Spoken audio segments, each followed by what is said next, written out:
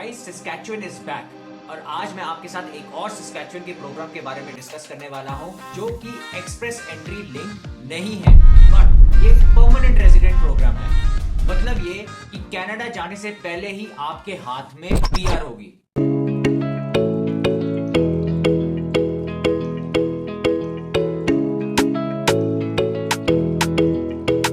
Guys let's quickly discuss about the benefits of the program. पहला तो ये आपका जो प्रोग्राम है इसमें आपको कोई भी सीआरएस पॉइंट्स की रिक्वायरमेंट नहीं है। और वो क्यों? बिकॉज ये प्रोग्राम एक्सप्रेस एंट्री लिंक्ड नहीं है। दूसरा बेनिफिट ये कि इस प्रोग्राम में आपको एजुकेशन की जो रिक्वायरमेंट है वो सिर्फ हाई स्कूल की है। तीसरा बेनिफिट ये इसमें जो आपको आइल्स की रिक्वायरमेंट है या जो आपको इंग्लिश लैंग्वेज प्रोफिशिएंसी की रिक्वायरमेंट है वो सिर्फ CLB 4 है। चौथा बेनिफिट ये कि आपको जो एक्सपीरियंस की रिक्वायरमेंट है वो सिर्फ 1 साल की है। पांचवा बेनिफिट ये कि आपको कोई भी सेटलमेंट फंड्स दिखाने की जरूरत नहीं है इस प्रोग्राम में। छठा बेनिफिट ये कि आपको सस्कैचुअन में कोई भी कनेक्शन लिंक नहीं चाहिए। इसका मतलब कि आपका कोई फैमिली मेंबर हो या आपका कोई रिलेटिव हो, ऐसी इसमें प्रोग्राम में कोई भी रिक्वायरमेंट नहीं है। सातवां बेनिफिट, आपको इस प्रोग्राम में सस्कैचुअन के पॉइंट ग्रिड सिस्टम के थ्रू नहीं जाना पड़ता। जैसे कि आपको पता होगा सस्कैचुअन में जो कुछ प्रोग्राम्स ऐसे हैं जिनमें पॉइंट सिस्टम ग्रिड है, जिसमें आउट ऑफ 100 में मिनिमम 60 की रिक्वायरमेंट पड़ती है। इस प्रोग्राम में आपको उस पॉइंट सिस्टम ग्रिड के थ्रू भी नहीं जाना पड़ेगा।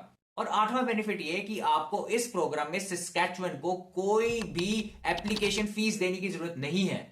अब गाइस सस्कैचुअन रिलेटेड मैंने ऑलरेडी एक डिटेल्ड वीडियो बनाई है जो कि है आपकी occupation and demand and Saskatchewan express entry के ऊपर। उसका लिंक अभी आपको आई बटन में दिख रहा होगा। आप इस वीडियो को देखने के बाद उस प्रोग्राम के बारे में भी पूरी इंफॉर्मेशन ले सकते हैं।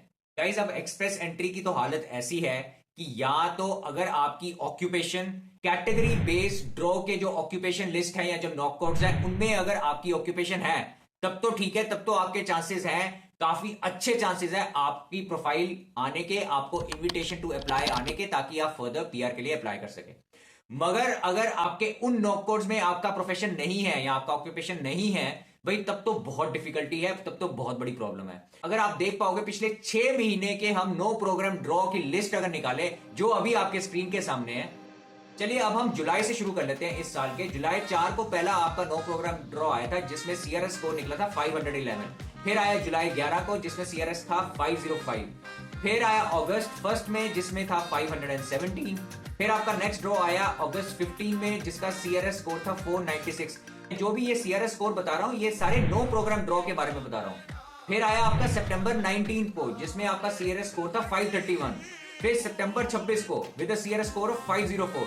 Then move on to October 10 with a CRS score of 500। दिसंबर 6 561 and latest draw on December 18 with CRS score of 542.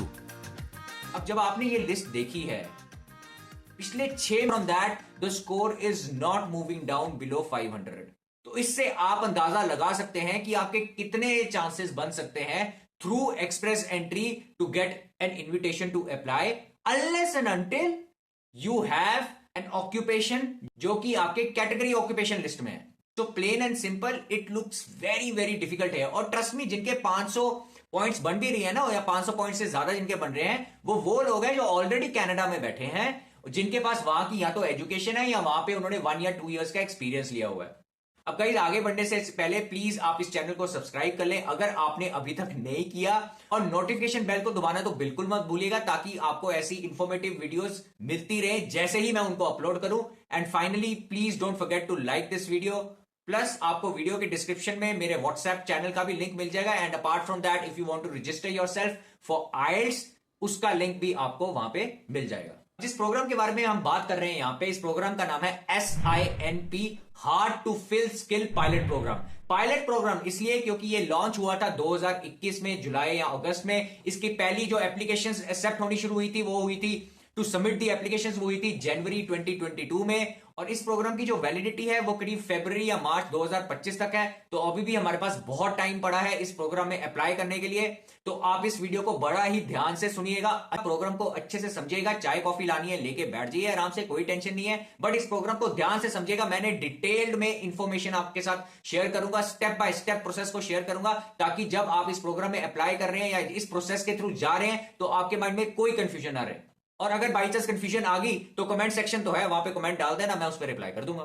चलिए पहले तो हम ये बात कर लेते हैं कि कौन कौन लोग इस प्रोग्राम में अप्लाई नहीं कर सकते हैं। First, refugee claimants who are claiming refugee status from the government of Canada. पहले तो वो लोग जो कि एज ए रेफ्यूजी अपने आप को डिक्लेयर कर रहे हैं कनाडा गवर्नमेंट को, या एज ए रेफ्यूजी स्टेटस में कनाडा में आना चाहते हैं, वो लोग इस प्रोग्राम में अप्लाई नहीं कर सकते। Now please note, you may not be eligible for this program. अगर आपने कुछ ऐसी गलतियां कर दी तो ये ध्यान से सुनिएगा, ये गलतियों को मत करिएगा। मैं आपको वही डिटेल्स अभी शेयर करने वाला हूं।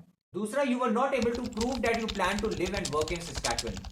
मतलब ये कि आपने जब अपनी एप्लीकेशन को सबमिट किया है तो आप वो प्रूव नहीं कर पाए सस्कैचुअन गवर्नमेंट को, या उनको सेटिस्फाई नहीं कर पाए with your application that you are serious towards living in Saskatchewan and working in Saskatchewan, और काफी टाइम तक आप सस्कैचुअन में रहने वाले हैं, सिर्फ पीआर के कारण आप सस्कैचुअन में नहीं आ रहे हैं। तीसरा, you have intentionally misrepresented yourself in the application. Application को सबमिट करने टाइम पे आपने इंटेंशनली रॉन्ग इंफॉर्मेशन शेयर की है ताकि आपकी एप्लीकेशन पीआर की प्रोसेस हो सके।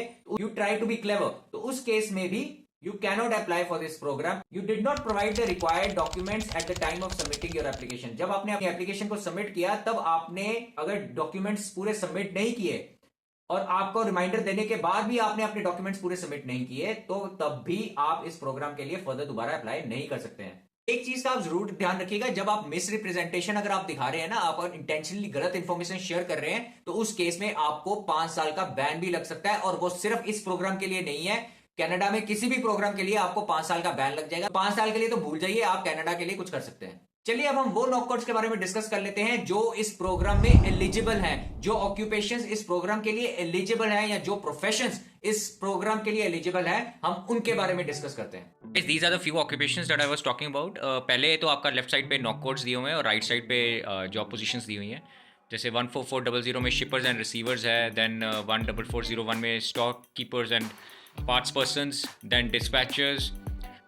फिर 32109 में other technical occupations in therapy and assessments. Then 33102 में आपके nurse aides and patient associates हो गए। देन 33103 में आपकी फार्मेसी टेक्निकल असिस्टेंट्स हो गए। 33109 your support of health services. Then I'm quickly move on. 44101 home support workers, caregivers and related occupations. Then you have 64314 with hotel front desk clerks, 65200 food and beverages servers. मैं quickly इस को continue करूँगा। 65310 में light duty cleaners हैं, 73201 में general building maintenance workers. Then we have 73300 transport truck drivers, 73400 heavy equipment operators. Then 75110 में construction trades helpers and laborers. Then you have 85100 में livestock laborers, 85101 harvesting laborers, 85111 में oil and gas drilling servicing related laborers. Then 94105 में metal working and forging machine operators. 94120 में आपके sawmill machine operators हो गया. 94140 में आपका process control and machine operators, food, beverages and associates. Then come your 94204 mechanical assemblers and inspectors. Then 94213 industrial painters, coaters and metal finishing processor. 95101 में आपके laborers in metal fabrication. Then 95106, 95109 other laborers in processing, manufacturing and utilities. अगर आपका इसमें list में नहीं भी है NOC code, अगर आपके इस लिस्ट में नहीं भी है occupation, but then also it's okay, because इसके अलावा और बहुत सारे नॉक कोड्स हैं जो कि इन प्रोफेशंस के रिलेटेड हैं। अगर आपका प्रोफेशन उन नॉक कोड्स में है, आप तब भी एलिजिबल हैं। चलिए मैं आपको उस लिस्ट पे ले चलता हूँ। गाइस, अब ये जो ऑक्यूपेशंस हैं, these are the accepted related occupations. मतलब अगर आपके पास डायरेक्टली ये नॉक कोड्स में एक्सपीरियंस नहीं भी है जो मैंने अभी मेंशन किए थे, मगर आपके एक्सेप्टेबल रिलेटेड वर्क एक्सपीरियंस भी है, तब भी चलेगा। जैसे यहाँ पे लिखा हुआ है, एग्जांपल के तौर पे आपको बताता हूँ, अगर आपका शिपर्स एंड रिसीवर्स है नॉक कोड 14400, आपको इसमें एक्सपीरियंस नहीं है, इट्स ओके। बट अगर आपका इस प्रोफेशन रिलेटेड इनमें एक्सपीरियंस है, 12013 में supervisor supply chain tracking and scheduling है। देन 13201 में production and transport logistic coordinators हैं। 72024 में सुपरवाइजर मोटर ट्रांसपोर्ट। 70020 में मैनेजर्स इन ट्रांसपोर्टेशन। 33102 में आपके nurse aids, orderlies and patient associates है। इससे रिलेटेड अगर आपका 32101 भी है, नॉक कोड 31301 भी है, तो आप तब भी एलिजिबल है अप्लाई करने के लिए। इसी तरह आप देख पाएंगे 33109 जो नॉक कोड है, उसके सामने जो other assistant occupation in support and health services है, इसके आगे अगर आप देख पाएंगे 33102, 31300, 32101 एंड 31301। अगर आपका इन नॉक कोड्स में भी एक्सपीरियंस है ना, तो आप तब भी एलिजिबल है इस प्रोग्राम में अप्लाई करने के लिए। इसका लिंक मैं आपको वीडियो के डिस्क्रिप्शन में दे दूंगा, आप आराम से इस वीडियो को देखने के बाद देख सकते हैं अगर आपका नॉक कोड इस लिस्ट में है कि नहीं। चलिए अब हम इस प्रोग्राम के रिलेटेड जो रिक्वायरमेंट्स हैं या फिर जो डॉक्यूमेंट्स हैं उसके बारे में डिस्कस करेंगे। बहुत ही डिटेल्ड में आपके साथ इंफॉर्मेशन शेयर करूंगा, तो ध्यान से सुनिएगा। पहला तो ये जो मैंने आपको बेनिफिट्स में भी बताया, that you need to have just 1 year of experience, और आपका जो 1 ईयर का जो एक्सपीरियंस होना चाहिए वो इन्हीं नॉक कोड्स में होना चाहिए जिसकी लिस्ट अभी मैंने आपके साथ शेयर करी थी। बट ये लास्ट 3 इयर्स के अंदर ये 1 ईयर का एक्सपीरियंस होना चाहिए। अब जो एक्सपीरियंस आप 1 साल का शो कर रहे हैं या 2 साल का शो कर रहे हैं या 3 साल का, जितने का भी आप शो करना चाहते हैं, मेक श्योर करिए सबके एक्सपीरियंस लेटर्स लगेंगे, और सबके एक्सपीरियंस लेटर जो होने चाहिए वो कंपनी के लेटर हेड के ऊपर होने चाहिए and signed by a concerned supervisor, या वो कंपनी का जो एचआर है जिसको भी आप रिपोर्ट कर रहे हैं, चाहे वो सुपरवाइजर या फिर वो कंपनी के जो एचआर है, उनके सिग्नेचर उस एक्सपीरियंस लेटर पे होने चाहिए। और लेटर में क्या क्या चीजें इंक्लूड होनी चाहिए, ध्यान से सुनिएगा। पहले तो आपकी जॉब रिस्पॉन्सिबिलिटीज क्या थी, आपकी मेन ड्यूटीज क्या थी, उसके बाद आपने वो जॉब कब ज्वाइन की और कब आपने वो जॉब छोड़ी। तीसरा, जो सुपरवाइजर है उनके कॉन्टैक्ट डिटेल्स, या कंपनी के जो एचआर है, जो भी कंसर्न पीपल है, उनके कॉन्टैक्ट डिटेल। और चौथा, जिस जॉब पोजीशन पे आप काम करते थे या जो डेजिग्नेशन पे आप काम करते थे उसकी डिटेल्स। अब इसमें हमारी जो दूसरी रिक्वायरमेंट आ जाती है वो आ जाती है लैंग्वेज प्रोफिशिएंसी की, जो कि जैसे मैंने आपको बताया इसमें सिर्फ आपको CLB4 चाहिए। चलिए मैं आपको चार्ट पे ले जाता हूं और आपको समझाता हूं कि CLB4 जब मैं बोल रहा हूं, आपको जो 4 मॉड्यूल्स है उसमें कितने कितने बैंड्स आने चाहिए। गाइज ये आपके पास आइल्स CLB का चार्ट है, तो इसमें CLB लेवल मेंशन किए हुए हैं, उसके साथ हर एक मॉड्यूल में उस CLB लेवल के हिसाब से कितने पॉइंट्स आने चाहिए। CLB4 की बात कर रहे हैं तो यहाँ पे रीडिंग में आपके 3.5 चाहिए, CLB4 सबसे नीचे लिखा हुआ है। राइटिंग में आपको सिर्फ 4 चाहिए, लिसनिंग में 4.5 एंड स्पीकिंग में 4। And trust me guys, this is very very easy. अगर आप नहीं भी आइल्स की तैयारी करेंगे, आपको सिर्फ फॉर्मेट ही समझ आ जाए ना, ये मार्क्स तब भी आ जाएंगे। So it's pretty easy. हमारी तीसरी जो रिक्वायरमेंट है वो है एजुकेशनल रिक्वायरमेंट। जैसे मैंने आपको पहले बताया, आपका पास अगर सिर्फ हाई स्कूल है तब भी चलेगा, मगर अगर आपके पास कोई ट्रेड सर्टिफिकेट है या फिर कोई डिग्री है, ग्रेड, आप उसको भी दिखाइए, आप उसको भी शोकेस करिए। बट एक चीज का जरूर ध्यान रखिएगा कि ये जो भी आपके पास सर्टिफिकेशंस हैं, चाहे वो आपका हाई स्कूल है, चाहे आपके पास डिग्री है या ट्रेड सर्टिफिकेट है, इसकी आप ट्रांसक्रिप्ट्स जरूर करवा लीजिएगा। ऑफिशियल ट्रांसक्रिप्ट्स आपको यूनिवर्सिटी से मिल जाएंगी या आपके ट्रेड स्कूल से मिल जाएंगी, या स्कूल से आपको वो उसकी रेटेड ट्रांसक्रिप्ट्स मिल जाएंगी, तो वो ट्रांसक्रिप्ट्स आपके पास जरूर होनी चाहिए। चौथा जो डॉक्यूमेंट चाहिए वो चाहिए आपको job offer. You need a job offer from an employer who is based out of Saskatchewan. In knock codes में जो भी मैंने लिस्ट आपके साथ शेयर करी थी, इन किसी भी नॉक कोड्स में आपके पास्ट एक्सपीरियंस रिलेटेड आपके पास जॉब ऑफर होना चाहिए। सस्कैचुअन के एम्प्लॉयर से ये जॉब ऑफर आपके पास होना चाहिए। चलिए अब मैं आपको बताता हूं कि आपको ये जॉब्स कहां पे मिलेंगी और कहां जाके आप इन जॉब्स के लिए अप्लाई कर सकते हैं। सो गाइस, जॉब के लिए अप्लाई करने के लिए आपको सिर्फ गूगल पे टाइप कर लेना है SASK jobs, and this is the link that you gonna get, saskjobs.ca। आपको इस पर क्लिक कर लेना है। गाइस, जब आप यहाँ पे वेबसाइट को ओपन कर लेंगे तो आप देख पाएंगे यहाँ पे काफ़ी पोजीशंस ओपन है। अप्रॉक्सीमेटली 4247 अवेलेबल जॉब्स हैं। उसके साथ यहाँ पे आपका नॉक कोड भी मेंशन है, बट आई थिंक ये जो नॉक कोड है ये पुराने नॉक कोड्स मेंशन किए हुए हैं 2016 के, तो आप 2021 के जो करंट नॉक कोड्स हैं उस हिसाब से आप देख सकते हैं कि अगर आपका नॉक कोड यहाँ पे है कि नहीं, आप उसको मैच कर सकते हैं। और इस पोजीशंस को आप क्लिक करके इसके बारे में और जान सकते हैं। जैसे कि फॉर एग्जांपल यहाँ पे हम एक पोजीशन क्लिक कर लेते हैं, जैसे कि ये कैशियर की पोजीशन है, इसको हम क्लिक कर लेते हैं। समझ लीजिए कैशियर इस नॉक कोड में है और हम कैशियर को क्लिक करेंगे तो यहाँ पे क्या है, आपको कंपनी के बारे में बताया हुआ है, आपको सैलरी के बारे में बताया है, $14 आपकी सैलरी रहेगी। उसके अलावा number of positions available mentioned है, एम्प्लॉयमेंट टर्म लिखा है full time, and you will be working for 40 hours per week. Education grade 12, जैसे मैंने आपको बताया अगर आपके पास हाई स्कूल भी है चलेगा। Experience needed 7 to 11 months. उसके अलावा अगर आप राइट साइड पे देखेंगे तो यहाँ पे इन्होंने कॉन्टैक्ट ईमेल भी मेंशन की हुई है, jj.thomasholdings@yahoo.com। आप यहाँ पे अपना रिज्यूमे को फॉरवर्ड कर सकते हैं, बट प्लीज़ मेक श्योर जब आप अपना रिज्यूमे फॉरवर्ड कर रहे हैं तो आपका रिज्यूमे कैनेडियन स्टाइल रिज्यूमे ही होना चाहिए। उसके ऊपर मैंने एक डिटेल्ड वीडियो बनाई है कैनेडियन स्टाइल रिज्यूमे के ऊपर, इसका लिंक अभी आपको स्क्रीन में दिख रहा होगा। आप इस वीडियो को देखने के बाद इस वीडियो को भी देख सकते हैं। इसके अलावा मैंने रिज्यूमे रिलेटेड एक और वीडियो बनाई है जो कि इंटरनेशनल रिज्यूमे के हिसाब से है कि अगर आप कहीं भी वर्ल्ड में मूव कर रहे हैं तो कुछ ऐसे पॉइंट्स हैं जिनका आपको ध्यान रखना है while making your resume, and that is applicable for all the countries. चाहे आप ऑस्ट्रेलिया ले लो, न्यूजीलैंड, UK, फिनलैंड, कनाडा, कोई भी कंट्री ले लो, वो सब के लिए वो पॉइंट्स लागू होंगे। तो आप वो वीडियो को भी चेकआउट कर सकते हैं, उसका लिंक भी अभी आपको स्क्रीन पे दिख रहा होगा। इस वीडियो को देखने के बाद आप उन वीडियोस को भी चेकआउट कर सकते हैं। उसके अलावा let's look at one more position, जैसे ये ऑटोमोटिव मैकेनिक है, आप हम इस पर क्लिक कर लेते हैं। यहाँ पे अगेन जैसे मैंने बताया बहुत ही अच्छे से डिटेल में इन्फॉर्मेशन इन्होंने दी हुई है। एम्प्लॉयर का नाम है, वेज सैलरी $29, पोस्टेड कब पोस्ट किए 17 दिसंबर, दैट वाज येस्टरडे, उनका आज है जब उन्होंने पोस्ट किया। Experience 1 to 2 years, apply bye 15 जनवरी 2024 तक आप अप्लाई करें। उसके बाद यहाँ पे राइट साइड पे कॉन्टैक्ट ईमेल भी दी हुई है, तो आप यहाँ पे अपना रिज्यूमे फॉरवर्ड कर सकते हैं। अब जब आपके पास जॉब हो जाएगी एम्प्लॉयर से, जब आपने अपनी जॉब सिक्योर कर ली होगी, आपके पास जॉब लेटर आ जाएगा, तो मेक श्योर करिए उसके साथ आप एक जॉब अप्रूवल लेटर लें। एम्प्लॉयर ही आपको वो देगा और एम्प्लॉयर को वो SINP से ही मिलेगा, सस्कैचुअन इमिग्रेशन नॉमिनी प्रोग्राम से ही वो लेटर एम्प्लॉयर को मिलेगा और एम्प्लॉयर वो फर्दर आपको हैंड ओवर करेगा। उसे कहते हैं job approval letter. Make sure करिए वो आप एम्प्लॉयर से कलेक्ट करें। अब ये जो सस्कैचुअन का जो एम्प्लॉयर है जो भी आपको जॉब ऑफर देगा, तो मेक श्योर करिए कुछ चीजें हैं जो बहुत इंपॉर्टेंट इंफॉर्मेशन है, ये इस जॉब ऑफर में होनी चाहिए। पहले तो आपका नाम होना चाहिए, उसके बाद आपकी डेजिग्नेशन होनी चाहिए, फिर आपको कितनी सैलरी ऑफर होगी वो मेंशन होना चाहिए, उसके बाद आपकी क्या जॉब रिस्पॉन्सिबिलिटीज है तो कंप्लीट जॉब डिस्क्रिप्शन होनी चाहिए, फिर उस लेटर में कंपनी के बारे में भी इंफॉर्मेशन होनी चाहिए, फिर आपकी लोकेशन क्या रहेगी जॉब की एग्जैक्टली वो उसमें मेंशन होना चाहिए, एंड वो जो लेटर है वो कंपनी के लेटर हेड पे होना चाहिए and signed by the company official. जो फिफ्थ डॉक्यूमेंट है वो है आपका और आपके फैमिली मेंबर्स, अगर वो आपको कंपनी कर रहे हैं तो उनके बर्थ सर्टिफिकेट। सिक्स्थ डॉक्यूमेंट है आपके और आपके फैमिली मेंबर्स के passport. Seventh document marriage certificate, अगर आप मैरिड हैं तो उस केस में आपका मैरिज सर्टिफिकेट भी लगेगा। देखिए आठवां डॉक्यूमेंट है आपका ECA means education credential assessment.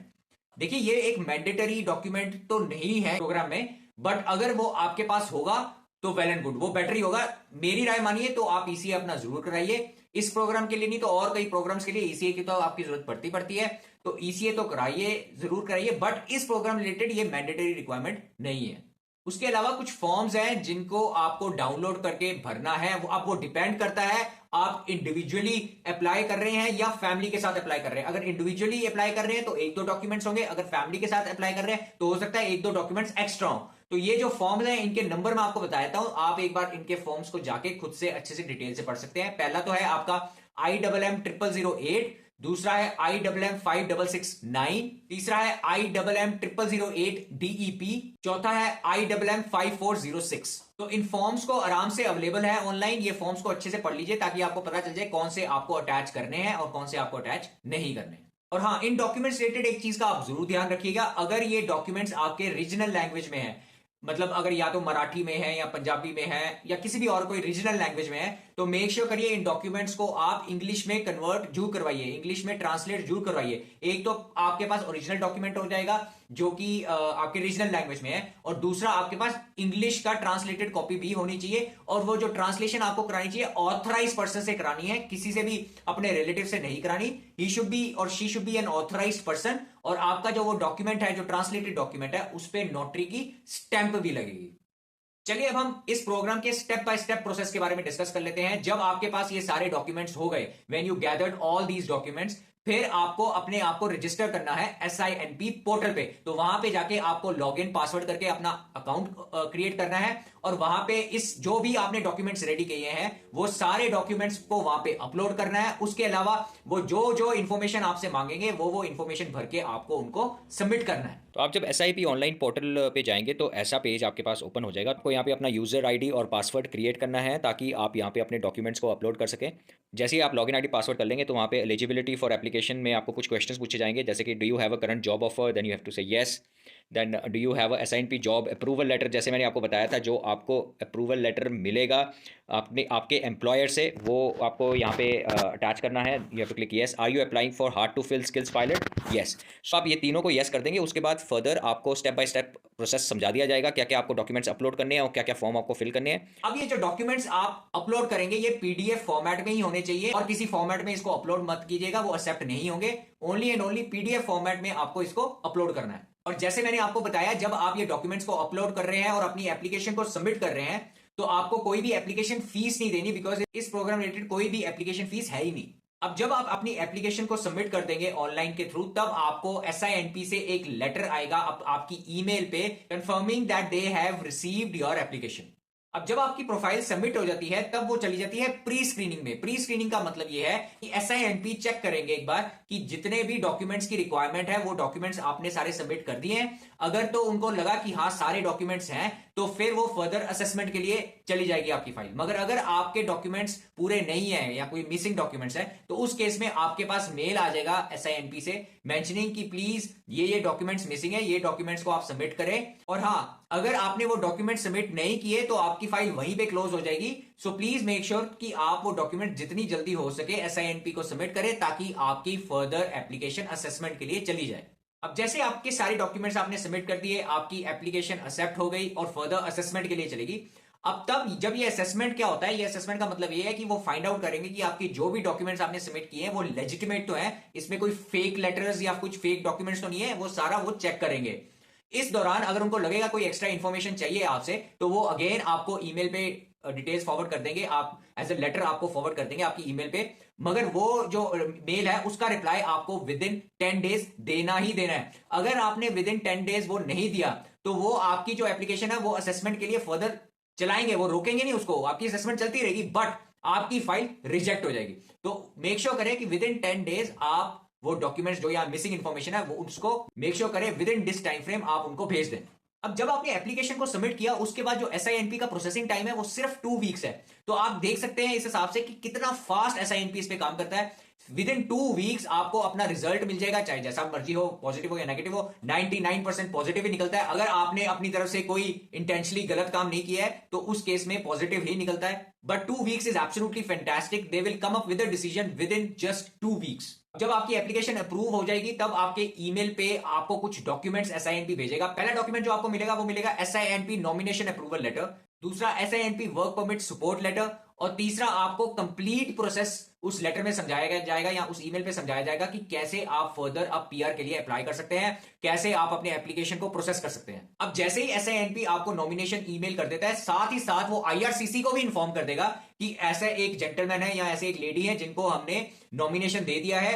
उसकी डिटेल्स पहले ही IRCC के पास पहुंच जाएगी ताकि जब आप PR के लिए अप्लाई कर रहे हो तो उनको पहले ही पता हो कि यस इनका नॉमिनेशन हमारे पास आ चुका है। अगर हाँ, जब आप IRCC के लिए अपनी PR एप्लीकेशन के लिए अप्लाई कर रहे हैं तो मेक श्योर करिए आप ये जो भी प्रोसेस है विद इन 6 मंथ्स कर लीजिए। 6 मंथ्स तो बहुत ज्यादा टाइम होता है। आइडियली तो आपको जितनी जल्दी हो सके आपको अपनी एप्लीकेशन को सबमिट कर देना चाहिए, बट ऑन कंट्रेरी आपको 6 महीने मिलते हैं अपनी एप्लीकेशन को, PR एप्लीकेशन को सबमिट करने के लिए। अब IRCC फर्दर अपना सारा प्रोसेस करेगा, अपनी लेजिटिमेसी, सारी आपकी प्रोफाइल की लेजिटिमेसी को चेक करेगा, देखेगा इफ एवरीथिंग इज ओके, कुछ प्रॉब्लम तो नहीं है, कुछ गलत नहीं है, वो अपना टाइम लेंगे। बट मेरी मानिए अगर आपके पास नॉमिनेशन आ जाता है, आपने IRCC को अपनी PR प्रोफाइल लगा दी, वो प्रोसेस अलग से होने दीजिए। आप वर्क परमिट के लिए अप्लाई कर दें, आप वर्क, क्योंकि आपके पास जॉब तो है, आप वर्क परमिट के लिए अप्लाई कर दें IRCC के थ्रू, क्योंकि उसमें जो प्रोसेसिंग टाइम है वो एज ऑफ नाउ इंडिया के हिसाब से मैं बोल रहा हूं, इंडिया के लिए जो प्रोसेसिंग टाइम दिखा रहा है वो सिर्फ 12 वीक्स दिखा रहा है। 12 weeks means 3 months, means with in 3 months आपको अप्रूवल आ जाएगा और आप कनाडा फ्लाई कर सकते हैं। बट आप PR के लिए वी डोंट नो, हो सकता है 5 महीने, 6 महीने, 8 महीने, 10 महीने, कितना टाइम लग जाए we don't know. But for this you can get within 3 months so that you can fly down to Canada, you can at least start working, वहां पे अपने आप को सेटल करो, अपनी फैमिली को सेटल करो। PR पीछे से होती रहेगी, उसकी कोई टेंशन नहीं है। बट आपने अपनी तरफ से सारे डॉक्यूमेंट्स को सबमिट कर दिया, आपके कोई काम पेंडिंग नहीं है, you are done with everything. Well guys, that would be all. Thank you so much for watching this video. I hope आपको ये वीडियो बहुत ही अच्छी लगी होगी, और अगर लगी है तो लाइक दबाना मत भूलिएगा। इसके अलावा अगर अभी तक सब्सक्राइब नहीं किया channel, then please guys go ahead and subscribe the channel. इससे मेरे को भी मोटिवेशन मिलती है कि हाँ मैं वीडियोस बना रहा हूं, आपको नॉलेज मिल रही है और आपको बेनिफिट भी हो रहा है। Well guys, thank you so much for watching this video again and I will see you very soon. Good night, take care, bye bye.